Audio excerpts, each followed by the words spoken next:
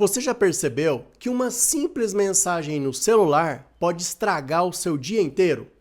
Ou que uma música pode trazer você de volta a 10 anos? Ou ainda que um cheiro de bolo pode trazer uma lembrança da infância?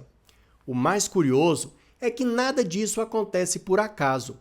Existe uma máquina dentro da sua cabeça trabalhando o tempo todo, as emoções. E hoje eu quero te mostrar, de uma forma muito simples, o que elas são, por que elas existem, porque às vezes parecem nos controlar e como reconhecer as 10 emoções mais importantes das nossas vidas. Porque quem entende as próprias emoções deixa de ser passageiro e começa a dirigir a própria mente. Quando eu era mais novo, eu acreditava que emoções eram simplesmente um sentimento que aparecia do nada. Um dia eu estava animado, no outro eu estava desanimado. Um paciente me elogiava, eu ficava feliz. A minha mãe reclamava de alguma coisa, eu ficava triste. Alguém falava alguma coisa, eu ficava o resto do dia perdido. Até eu perceber uma coisa muito importante. As emoções, elas não nascem do que acontece. Ela nasce da forma como nosso cérebro interpreta o que aconteceu. E quando eu entendi isso, comecei a perceber minhas emoções chegando antes de ser dominado por elas. E o que é uma emoção? Vou simplificar bastante aqui, ó. Imagine que seu cérebro é como um grande sistema de alarme. A função dele não é fazer você feliz. A principal missão desse cérebro é manter você vivo. Por isso ele está o tempo inteiro perguntando: isso é perigoso? Isso é bom para mim? Isso merece atenção? Posso relaxar ou preciso agir? A emoção é justamente a resposta rápida que o cérebro cria para ajudar você a enfrentar uma situação. Ela prepara o corpo antes mesmo de você pensar racionalmente.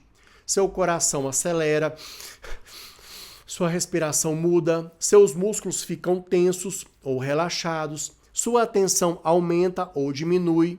Tudo isso acontece em segundos. Existe uma ferramenta mental que eu gosto muito. Emoções são mensageiras, não chefes. Elas chegam trazendo uma informação importante. O problema é que muita gente entrega o volante da vida para elas. A emoção deveria bater na porta, entregar a mensagem e ir embora. Mas às vezes ela entra, senta no sofá, pega o controle remoto e começa a mandar em tudo. O segredo não é eliminar as emoções, é aprender a escutá-las sem obedecer cegamente a todas elas. E como nascem as emoções? A aguinha.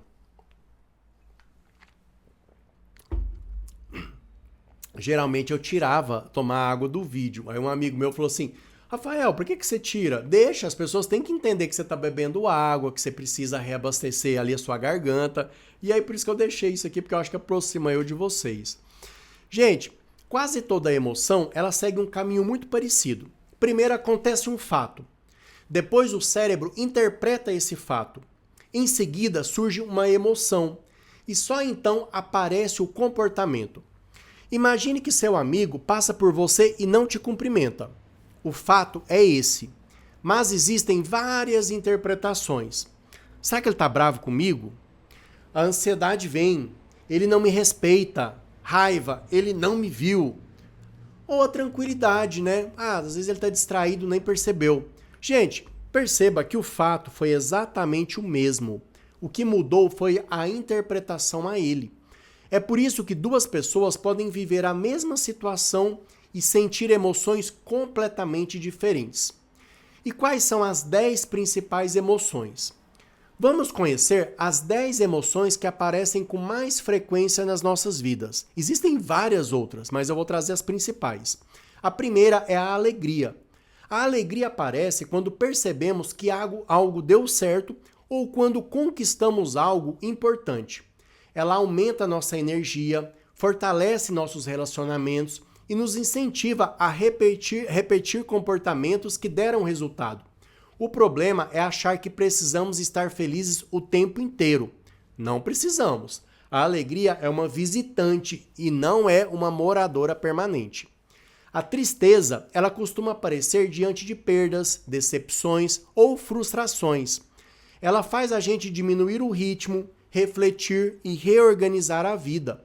É como se o cérebro dissesse: espere um pouco, existe algo importante acontecendo aqui. A tristeza não é inimiga, ela só vira um problema quando nunca vai embora. O medo. O medo, gente, ele é um dos mecanismos de sobrevivência mais antigos da humanidade. Ele surge quando percebemos uma ameaça, real ou imaginária. Graças ao medo, nossos ancestrais fugiam dos predadores. Hoje, muitas vezes, fugimos de uma apresentação de trabalho ou de uma conversa difícil. O medo protege, mas também pode aprisionar quando exagera. A raiva. A raiva, ela aparece quando sentimos que fomos desrespeitados, impedidos ou injustiçados. Ela fornece energia para agir. O problema não é sentir raiva. O problema é agir enquanto ela ainda está no comando. Quantas amizades terminam porque alguém respondeu uma mensagem no auge da raiva? Conte até 10 segundos ou até 1000. O nojo. O nojo existe para nos proteger, inicialmente contra alimentos estragados, doenças e contaminações. Mas ele também aparece diante de comportamentos que julgamos moralmente inaceitáveis. É uma emoção que cria afastamento. A surpresa. A surpresa acontece quando algo foge completamente das nossas expectativas. Ela dura pouco, mas prepara o cérebro para entender rapidamente o que acabou de acontecer. Pode virar alegria, medo ou raiva, dependendo da situação. E a ansiedade? A ansiedade é uma emoção voltada para o futuro. Ela pergunta o tempo inteiro: e se der errado? Em pequenas doses, ela nos ajuda a nos preparar. Em excesso, nos faz sofrer por problemas que talvez nunca aconteçam. A vergonha, ela aparece quando sentimos que nossa imagem diante dos outros foi ameaçada. Ela tem uma função social muito importante. Ela ajuda a corrigir comportamentos e facilita a convivência. Mas quando exagerada, ela impede pessoas brilhantes de mostrar quem realmente são. Nós gravamos um vídeo sobre a vergonha, como você não sentir vergonha. Gente, muita gente fala na internet assim: ai, não queira viver para agradar os outros.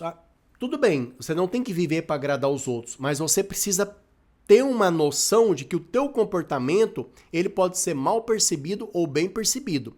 Então, ao mesmo tempo que você não pode ter vergonha em excesso para evitar que você não faça as coisas, mas se você também não tiver nada de vergonha, você vai ser um sem noção que vai ser aquela pessoa, a pessoa que vai ser evitada a todo custo na sociedade. Então, você tem que ter um meio termo.